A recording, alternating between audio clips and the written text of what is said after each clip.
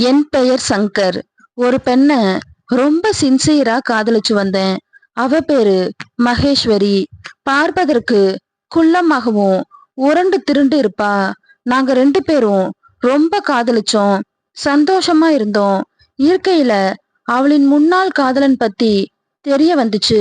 அது மட்டும் இல்லாம அவன் கூட மகேஸ்வரி போட்ட ஆட்டத்தை பத்தியும் தெரிஞ்சுக்கிட்டேன்.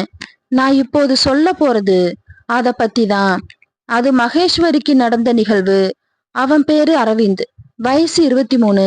பாக்குறதுக்கு கருப்பா ஒல்லியா இருப்பான்.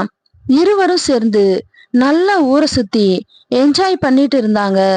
அவனும் இவளுக்கு நிறைய வாங்கி கொடுத்து மகிழ்ச்சியா வச்சிருக்கிறான். அதனால இவளும் ரொம்ப சந்தோஷமா அவன் கூட சுற்றி திரிஞ்சிட்டு இருக்கறா. அவன் வீட்டுல உள்ளவங்க வெளியே போய் இருக்கும் சமயத்துல வீட்டுக்கும் கூப்பிட்டு இருக்கான். அவனுடன் சுற்றி திரிந்தாலும் அதுக்கு மறுப்பு தெரிவிச்சிருக்கிறா. அவங்க 2 பேரும் போன்ல சேட் பண்ணிட்டு இருக்கும்போது பல தடவை பேசி இருக்கிறாங்க.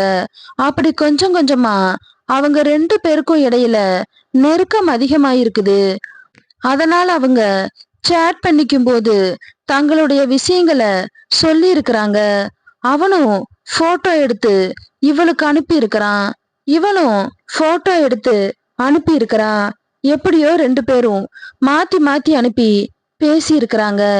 இந்த மாதிரியே போயிட்டு இருக்கையில ஒரு நாள் இவ வீட்டுல யாரும் இல்லாத போது மகேஸ்வரிக்கு கால் பண்ணினா.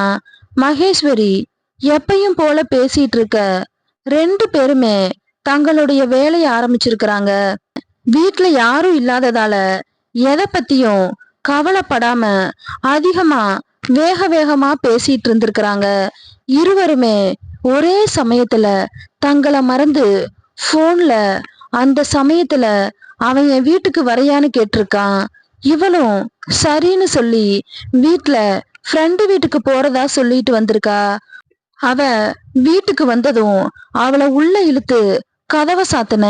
கொஞ்ச நேரம் என்ன செய்யறதுனே தெரியாம முழிச்சுக்கிட்டு இருந்தான்.